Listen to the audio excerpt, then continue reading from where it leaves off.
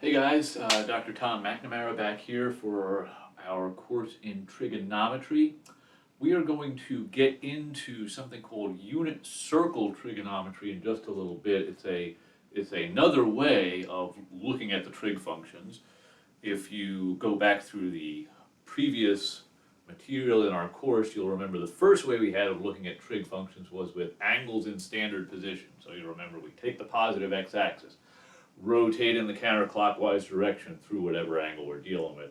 We take a point on the terminal side and then we figure out the trig ratios. We'd also talked about right triangle trigonometry. And the unit circle trigonometry is going to kind of be like a finishing touch, a nice way to kind of summarize all the stuff we know about the trig functions. But before we get to that, I want to talk about this concept of scaling special triangles. So we have dealt with special triangles in this course basically the entire time. I think the first video I put up dealt with these special triangles. So I just want to review a little bit about how we can work with these special triangles and how we can scale them. Let's start with an example. In a 30, 60, 90 triangle,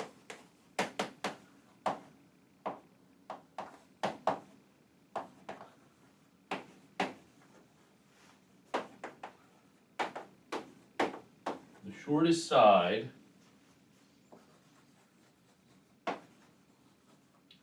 measures 3 centimeters. Find the lengths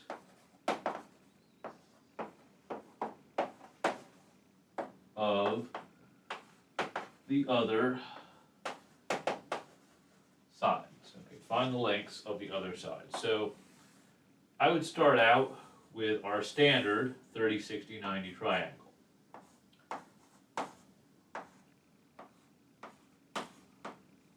Okay, so 30 degrees is the smallest angle, and it opens up on the smallest side. Hypotenuse is double that, and the side adjacent to the 30-degree angle is radical 3. 1, 2, radical 3. Now, we're going to scale everything up. So they tell us in the problem the shortest side is not 1 unit but 3 centimeters.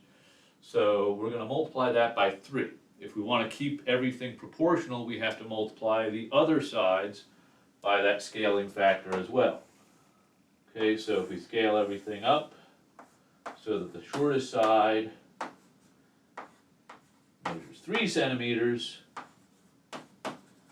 well, we know that the hypotenuse is double the length of the shortest side in this special triangle, so if that's 3, this must be a 6. And 3 radical 3 centimeters. So everything gets hit with the 3.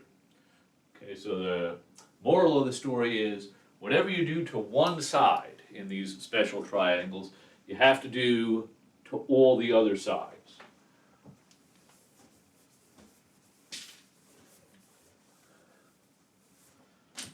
So what I want to look at here is special triangles with hypotenuse length 1.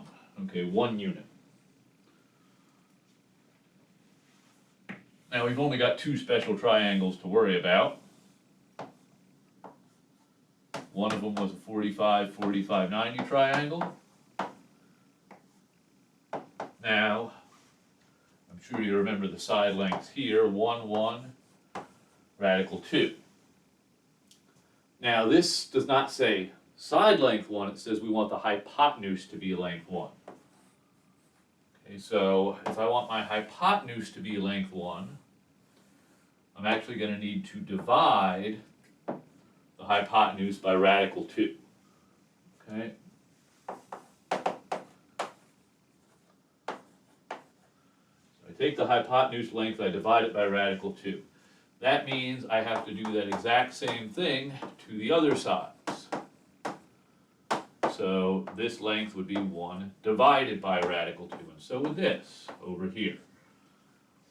Of course, you'll remember that you can rationalize your denominator. Sometimes that's advantageous. So if I want to rationalize this denominator, that means I don't want square roots down here in the bottom. So I hit the top and bottom with a radical 2. Radical 2 times radical 2 gives me a 2 downstairs.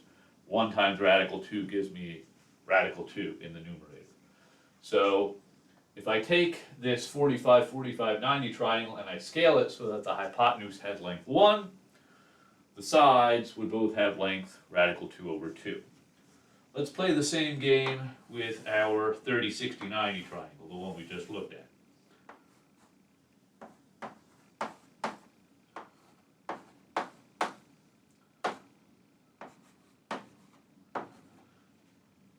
Okay, so in our standard 30, 60, 90 triangle, it is the shortest side that has length 1. The side across from the smallest angle. The side across from the 30-degree angle that has length 1. I want the hypotenuse to be length 1. Well, if I want that to be length 1, I need to cut everything in half. I need to divide all the side lengths by 2. So if my hypotenuse is going to have length 1,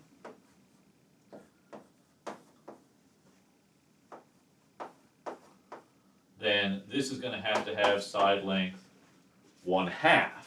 And the side adjacent to the 30-degree angle is going to have length radical 3 over 2. So I want you to keep these pictures in mind when we go and look at the unit circle definition of the trigonometric function. So that's what we're going to tackle in our next video. Just remember that if we're scaling these special triangles so that the hypotenuse is length 1, whatever we do to make that length 1 happen over here, we have to do the same thing to the other sides. So ordinarily, 30, 60, 90 triangle, hypotenuse is length 2. We want it to be length 1. Cut everything in half. Okay?